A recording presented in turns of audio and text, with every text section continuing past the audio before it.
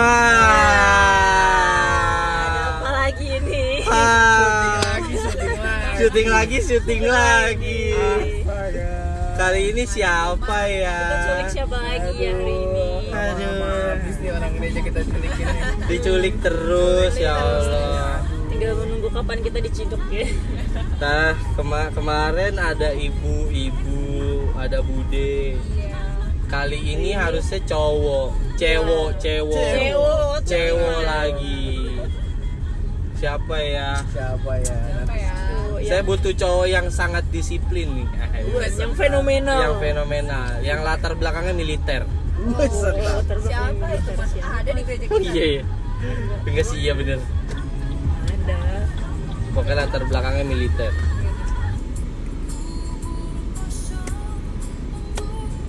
Dingin banget. Udah. Kita coba lihat ke tempat spawn. Tempat spawn biasanya ada yang Biasanya spawn ada di yang situ. bisa kita angkut. Kayak udah target kayak udah di ini. Target sudah kelihatan emang. Target sudah terlihat. Sudah terlihat. Oh iya, udah kelihatan targetnya. Siapa? Siapa? DM guys ke IG Kompa Iya. Kalau mau fast respon bisa ke DM IG Sekar. Nanti di fast. Emang ada yang tahu IG Nanti gue? fast respon IG-nya di bawah. Nanti gua tulis tenang aja. Nggak ada yang tahu. Iya, ntar pokoknya gambar kucing muntah. username-nya Sekar Kompa GKJ. Iya. Si paling kompak. Lightingnya kurang deh. Iya, lightingnya kurang. Mana ya? Harusnya bisa kebuka nih. Lighting Oh. Mana? Kebuka. Lagi itu belum. Mantap. Bisa kebuka ya. Kontrak seumur hidup mobilnya. Aduh.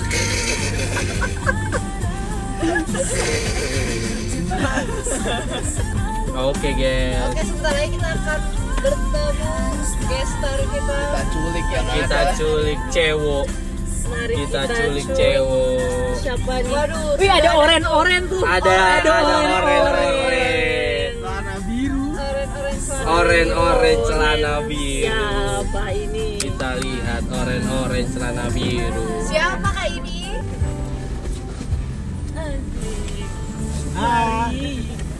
Nah, let's go. Selamat datang. Selamat jumpa. Aduh. Selamat datang Pak Hosea.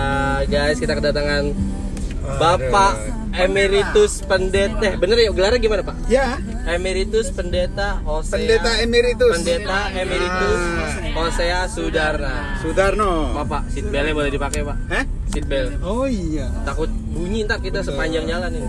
Panjang jalan. Sepanjang jalan kenangan. Saiful Jamil Di padahal. jalan alu-alu ini. Tuh gimana Pak Hosea kabarnya? Kabar baik. Kabar baik. Dan Haleluya. ya masih banyak aktivitas. Seperti tadi baru saja kaget juga saya Apa tuh Pak? ketemu kalian tadi ini Oh. tiba-tiba kalian kayak nyulik saya aja. Woi. Itu. Aduh. Konsepnya Mamanya mau aja diculik. Aduh, gimana Saya diculik juga sama mau sih. apa pemuda-pemuda yang ganteng-ganteng Hai. di masa mudanya merupakan pemuda masa depan ini kan. Bapak nomor sepatu masih sama Pak? Nanti bisa saya kirim ya Pak ya. Iya. standarnya udah naik nih bro. Oh, iya. Naik di Cortez nih bos. Oh iya. Emang iya sih. Jadi Pak Usiaka itu kan masih di PGIW, Apa tuh PGW Pak? Persekutuan Gereja-Gereja Indonesia Wilayah DKI Jakarta. Oh. Lalu masih menjadi sekretaris di FKUB, Forum Kerukunan Umat Beragama. Dan baru saja turun SK untuk perpanjangan setelah kemarin diperpanjang masa pilkada. Ini perpanjangan lagi sampai nanti bulan Juni, jadi perpanjangan 1 semester lagi masa peralihan gitu untuk yang lama. Dan pada periode yang baru nanti Pak Usia masih masuk 1 periode lagi. 2 periode. Jadi 2 periode. Kayak nggak boleh. Nanti gua. Ya. Maafin saya lagi. Ya. Itu kesibukan Bapak setelah emeritus atau Setelah emeritus. Oh, berarti kesibukannya itu. FKUB, PGIW, kemudian WKPUB. Jadi WKPUB itu wadah komunikasi dan pelayanan umat beragama. Itu basicnya di Jakarta Timur, tapi pelayanannya juga sudah ya nasional lah, Kak. Tahun ini kita mau ke suku Samin di Blora. Kayak Cirebon. kalian punya program, nggak di Jawa Tengah? Camp kerja. Oh, KKP. Ya, hanya bentuknya yang memang menjadi kebutuhan mereka. Itu pelayanan kesehatan. Kalau KKP camp kerja pemuda. Iya. Nah, ini KKA. Camp kerja Adi Yuswo. Karena pengurusnya itu Adi Yuswo, utusan itu dari masih muda ya. 25 lah Pak. Nomor sepatu kalian berapa nomor sepatu kalian? Jadi KKP hanya untuk Pak Usi aja. Buat yang lainnya KKA gitu. Iya, kirain habis emeritus tuh. Waduh. Nggak ngapa-ngapain. Kami masih capek. Asal pulang gitu, apalagi kalau sampai pulang malam. Gottfried terutama yang paling gede itu Kak Gottfried. Itu kalau dia udah pulang duluan, pertanyaan yang dia sampaikan, Papa itu udah emeritus belum sih? Aduh. Mungkin emeritus Bukannya semakin santai semakin sibuk ya. iya. Betul. Emeritus Nah, cuma ngurangin job desk jadi pendeta aja kali. ada pertanyaan yang menarik. Kenapa tuh? Ketika Pak Usia emeritus, itu kan bargainingnya begini dengan majelis. Oke. Oke, disetujui emeritus, tetapi untuk pelayanan pastoral counseling bukan untuk ditinggalkan, mohon tetap diteruskan kepada jemaat, sehingga kunci kantor untuk melakukan pelayanan itu tidak kami minta, tetap kami harapkan dipegang Pak Usia, sehingga untuk pelayanan konseling itu tetap bisa dilakukan. Oh. Gitu. Nah, kami baru menyiapkan lebih spesifik, dibantu dengan beberapa teman-teman majelis terkait dengan kegiatan pasca emeritus itu, sehingga relasi dan semakin melengkapi. Kalau emeritus itu biasanya kan hanya khotbah, pembinaan pada saat diperlukan, kemudian pelayanan kematian, pelayanan perjamuan kudus di kebaktian umum maupun di warga gitu. Tapi dengan konseling ini semakin ya melengkapi pada satu sisi, pada sisi lain ya relasi antara pendeta yang sudah emeritus dan jemaat itu lalu tidak terasa seperti putus. Beberapa kondisi lain, ketidaksiapan dan ketidakpahaman akan hal itu, ya sudah, pendeta emeritus itu pensiun, habis itu tidak ada kegiatan apa-apa. Nah, itu yang orang awam tahu kan. Iya, dan itu menimbulkan post power syndrome. Apa tuh? Buat pendeta itu terasa kalau tidak siap itu, aduh, saya terus melakukan apa ya? Mau bingung kegiatannya apa setelah emeritus. Betul. Energinya itu terkuras menjadi berkurang bukan karena kegiatan tapi memikirkan, stres memikirkan emeritus itu. Stres, Pak. Iya, bisa stres. Stres karena emeritus. Betul. Dan itu mengganggu, sebenarnya masih ada pelayanan lain yang bisa dilakukan menjadi tidak efektif dan mungkin tidak maksimal malahan juga. Sungguh diharapkan juga pada warga tiba-tiba atau mungkin sudah lama, ikatan emosional sudah cukup tinggi, tiba-tiba kemudian harus putus dengan pemahaman seperti tadi ya, pensiun itu kan putus gitu. Nah seperti itu jemaat shock, kehilangan. Dan kadang yang kemudian dilakukan ya sudah coba mencari pendeta yang seperti itu di gereja lain. Nah, coba kalian perhatikan juga. Nah, ini menjadi pembelajaran baik sekali ketika kalian nanti jadi majelis bersama dengan pendeta, baik pendeta baru, pendeta lama, bagaimana membangun relasi yang baik itu dan menemukan ide-ide yang seperti ini. Jadi majelis. Ketika jadi majelis. Jadi nanti akan jadi majelis saya. ya iyalah, siapa lagi kalau bukan kalian? Yus Pak, Mas Uta depan ini tolong Nih, calon ketua majelis. Oke. Oh gitu. Siap. Ya dia rekam, nanti saya cut. Bagian ini saya cut. Bagian ini saya cut. Ya. Kan yang kita orang awam tahu itu kan nanti mungkin ada beberapa pendeta yang mau emeritus juga kan.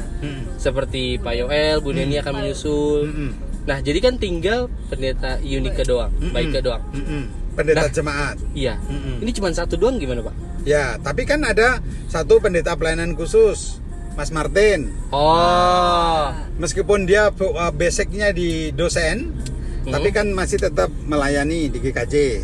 Oh. Nah, lalu pendeta-pendeta emeritus ini majelis memikirkannya sangat positif dan konstruktif gitu. Pak Osea, tolong tetap melanjutkan pelayanan pastoral.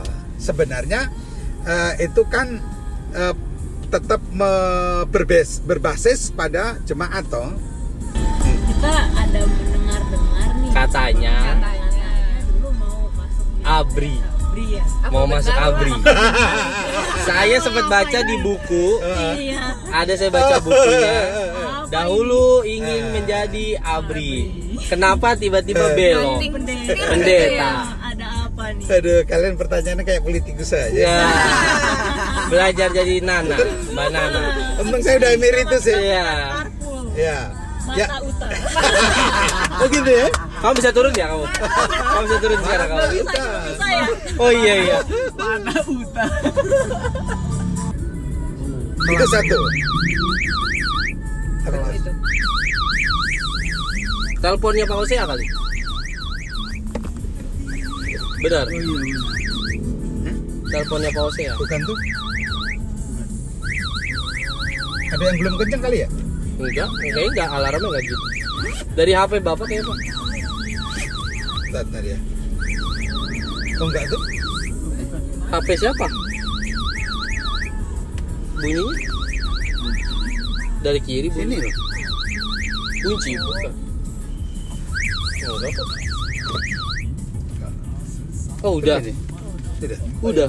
Kunci ternyata. Oh, bisa dari situ ya? Iya. Walah. Kaget banget, guys. Ya Allah. Sorry, Kaget. Aduh. Ada Pak Polisi. Oh, wow, wow, wow, wow, wow.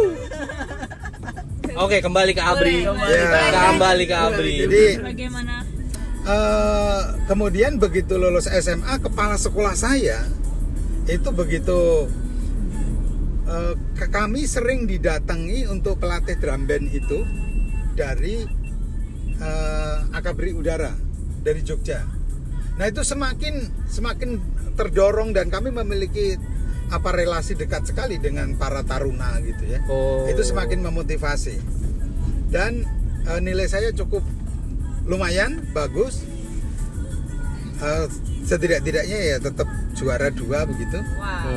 Nah, saya daftar sebelum jadi nilai sebelum ujian itu dipakai daftar lolos. Tes sampai itu selesai dan pengumuman masuk yang namanya pantokir. Nah, pantokir penentuan terakhir. Oh, pantokir. Penentuan terakhir itu ada 2. 3 lulus, kemudian lulus tertahan dan tidak lulus. Tidak lulus pulang dikasih transport. Kalau lulus tertahan itu dia belum ikut pendidikan pada saat itu.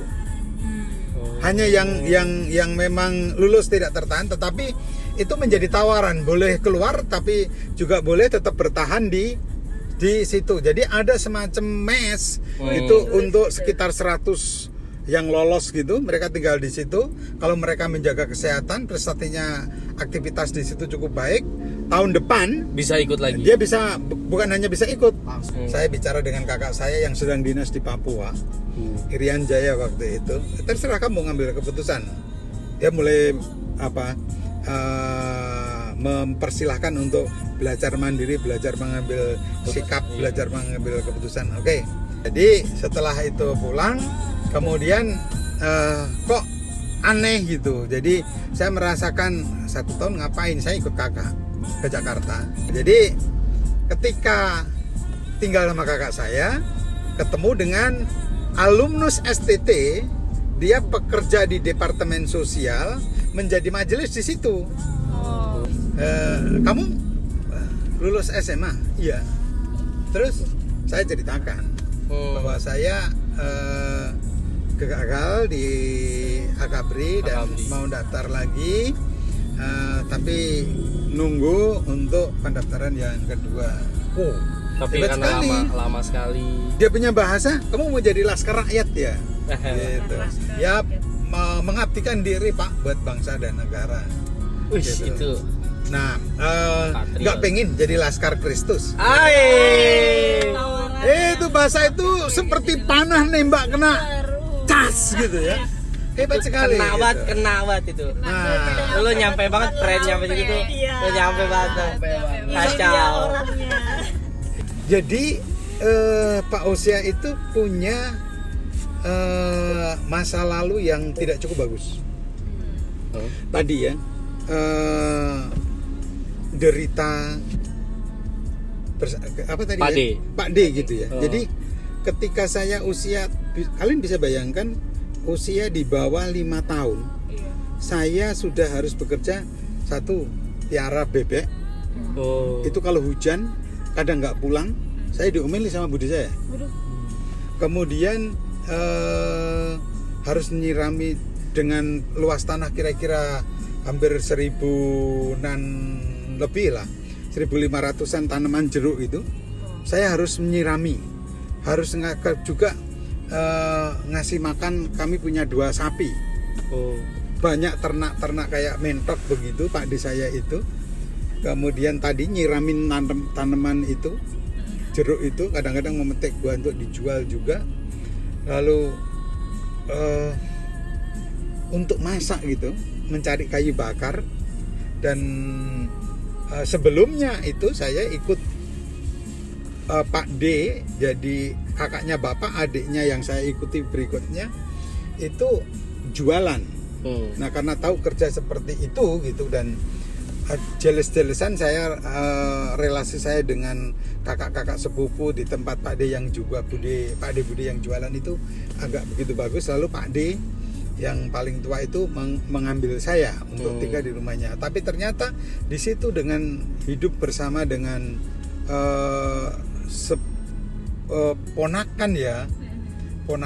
ponakan saya, jadi anaknya atau cucunya Pak D yang saya ikuti itu. Sementara Bude yang saya ikuti itu budek. Dan itu masalah. Tapi kalau ada nggak senang itu marah habis-habisan. Bisa dibayangkan dalam usia anak di bawah 5 tahun gitu, harus satu bekerja, kemudian kadang mendapatkan tanggapan, mendapatkan respon sikap dari Bude yang sangat tidak mengenakan. Saya kadang-kadang nggak berani pulang. Itu kalau bebek nggak pulang, saya juga nggak berani pulang. Kalau saya pulang nanti diomel-omelin. Itu yang nampaknya. Dan ketika saya belum mengetahui bagaimana ini ada masalah apa dengan pelayanan yang nampaknya kemudian berfokus dengan masalah keterlambatan, itu sungguh menjadi sebuah stigma, akhirnya menjadi sebuah stigma yang sangat mengganggu. Saya sangat jengkel, kesel, marah, dan kadang-kadang emosi sebenarnya, tapi saya harus menahan itu ketika orang mengatakan, gimana sih telat-telat mulu sih lo, misalnya seperti itu. Waduh, rasanya pengen nonjok itu orang. Seperti itu. Kamu nggak tahu apa yang sedang saya alami, kamu kok nggak pernah berubah gitu. Seolah kan berarti nggak ada perjuangan tuh. Kalau ada mengatakan seperti itu. Sementara saya bergumul, ini gimana saya cara melepaskan ini? Ketika saya mencoba disiplin, saya mencoba untuk mengembangkan kedisiplinan dan mengembangkan menyikapi permasalahan yang menurut saya ini sangat vital gitu, sangat penting. Kok gagal-gagal mulu? Apa penyebabnya? Itu. Dan itu kemudian kan kadang mengganggu fokus konsentrasi pelayanan gitu. Nah, itu yang membuat berjalan agak lama gitu. Sampai kemudian saya ikut apa istilahnya namanya PKPK. KPKP apa PKPK ya itu, pendidikan pelayanan konseling kalau nggak salah gitu, yang mengadakan Kespel PGI Cikini. Jadi pelayanan pastoral bentuk konkretnya pendampingan klinis, pelayanan pastoral, konseling, pendampingan klinis gitu. Hanya khusus pendampingan terhadap orang yang sakit gitu. Nah, dari situ saya mestinya sakit juga ya.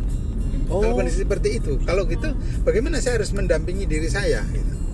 Nah, di situ orang setiap kali yang ikut kursus, dia itu harus terdampingi, harus clear betul dengan dirinya. Nah, itu kan jalan keluar. Tapi setiap kita yang ikut kursus seolah-olah nggak ada beban. Padahal itu nggak mungkin, nonsen. Pasti ada masalah, pasti ada pergumulan di masa lalu. Sekecil apapun, seberat apapun, pasti ada. Saya mencoba mempertahankan itu dalam sebuah proses pendidikan. Didampingi 8 orang, kami semua berdelapan siswa. Tapi itu di kursus di Jikini itu pendampingan orang sakit itu. Sama satu dosen sama pendamping lah gitu. Jadi 8 orang. Di situ baru nggak tertahankan, hebat sekali ya. Jebol itu artinya akhirnya saya bisa dibongkar sama teman-teman itu permasalahan tadi itu, permasalahan di masa lalu itu. Nah, dan bisa melepaskan, kemudian saya bisa menolong diri saya sendiri. Selanjutnya harus seperti apa? Nah, itu tidak bisa saya sendiri itu seketika satu, kemudian yang kedua tanpa ada bantuan lain. Bantuan lain itu apa? Buku. Saya mendapatkan buku bagaimana cara mengatasi, cara melakukan pengelola manajemen trauma gitu ya. Nah, itu harus dilakukan dengan yang namanya daur ulang. Sadar dulu, kemudian didaur ulang. Cara mendaur ulangnya apa, nilai-nilai positif di balik pengalaman pahit. Kalau kalian, bahasa kalian pasti lebih populer dengan akar pahit. Akar pahit ya. Nah, akar pahit itu tidak bisa dihilangkan. Betul. Tetapi yang paling bisa adalah dibiarkan seperti sampah membusuk. Akar pahit itu sampah, dibiarkan membusuk. Cara membiarkan membusuk, di balik akar pahit itu, di balik sesuatu yang pahit itu, berupaya sekuat tenaga untuk nilai positifnya apa di balik itu.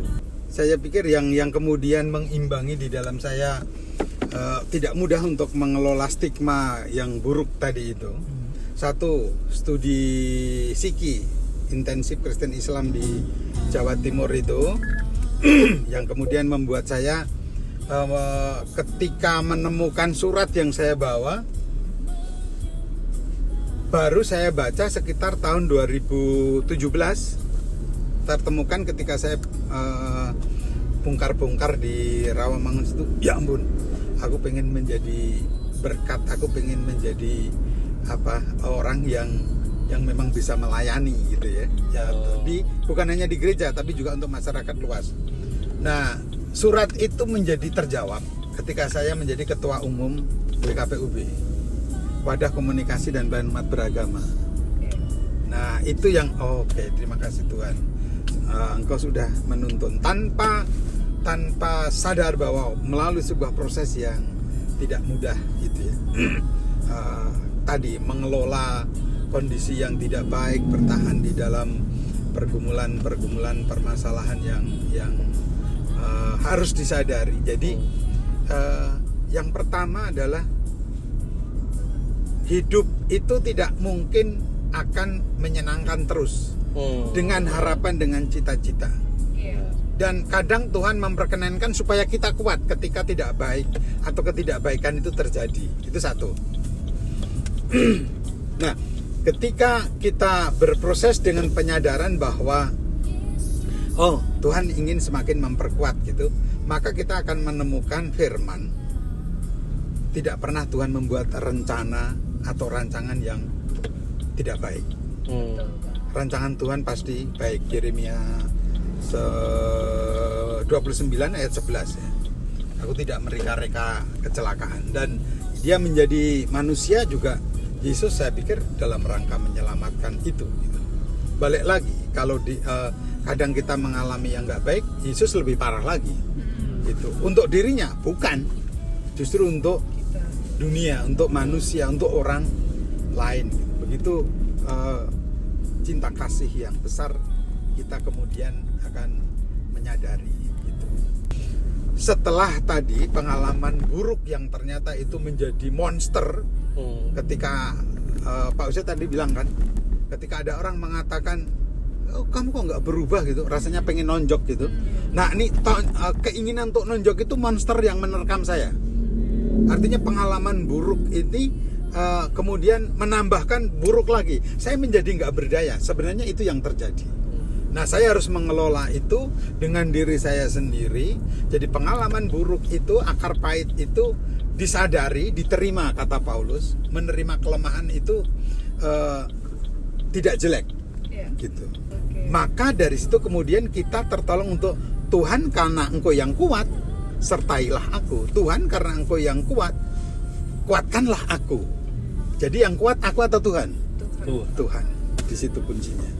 Saya berani karena nampaknya juga jemaat itu mereka butuh suasana yang tenang, sehingga menghayati berkat itu betul-betul mereka mendekatkan diri, menyadari diri, oh Tuhan sedang menganugerahkan berkatnya, sehingga perlu ada conditioning, perlu ada sikap yang menyadari itu, perlu ada sikap yang memungkinkan untuk berkat itu betul-betul aku terima, aku rasakan dan ingin aku pelihara. Itu yang membuat Pak Osea kemudian muncul inspirasi-inspirasi seperti itu.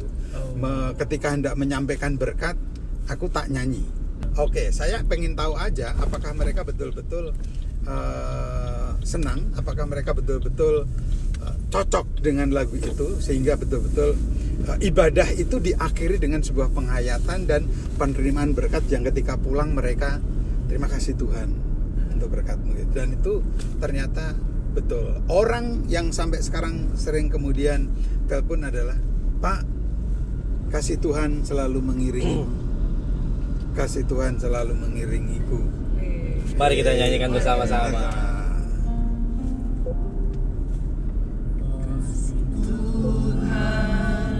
Mengirimu,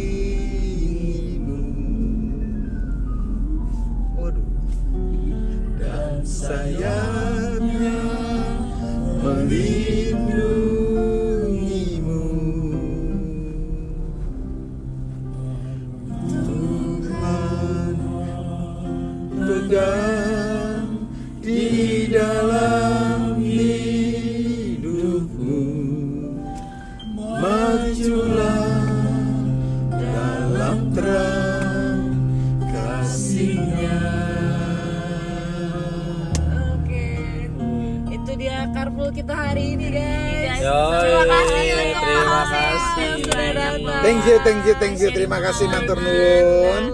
Tuhan memberkati. Amin. Tetap terus menjadi jembatan Mantap. berkat bagi kemuliaan nama Tuhan. Amin. Dan Yesus berkati. Dadah, see you guys. Semangat. Next episode.